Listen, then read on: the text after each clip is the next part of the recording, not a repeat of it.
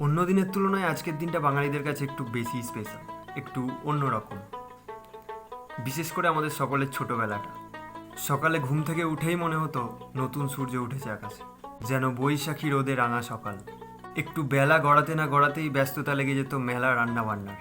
মায়ের মিষ্টি বকুনি, বৈশাখের মেলা, ঢাকের তাল, এই সব কিছুতে সকলের মন উচ্ছ্বাসে ভরে উঠত। নিম হলুদ মেখে স্নান সেরে নতুন জামা কাপড় পরে নতুন বছর শুরু করার এক উদ্যম জেগে উঠত। তারপর দুপুরে কলাপাতায় পাত পরিষ্কার করে একটা ছোট্ট ঘুম। ঘুম থেকে উঠেই সেই নতুন জামা প্যান্ট পরে বাবার সাথে হালখাতা করতে যাওয়া। দোকানগুলো আজকের দিনে খুব সুন্দরভাবে সেজে ওঠে, ফুল আর আলোর ছন্দে। নানা রকম মিষ্টির গন্ধে ও মানুষের আনাগোনায় চারিদিক ঝলমলিয়ে ওঠে। হালকা ভ্যাপসানি গরমে গিয়েই 3-4 গ্লাস ঠান্ডা শরবত ঢকঢক করে খেয়ে কয়েকটা ফুচকা লাড্ডু সাঁটিয়ে ক্যালেন্ডার আর মিষ্টির প্যাকেট নিয়ে ফের বাড়ি ফিরে আসা। বাড়ি এসেই কটা মিষ্টির প্যাকেট হয়েছে সেটা গুনতাম, এবং তাতে কি কি মিষ্টি আছে সেটা দেখে প্রিয় মিষ্টিগুলো নিয়ে ঝগড়া লেগে যেত ভাই বোনের মধ্যে। তারপর 2-5 মিনিট লোডশেডিং। এইভাবেই আমরা নতুন বছরকে উদযাপন করতাম।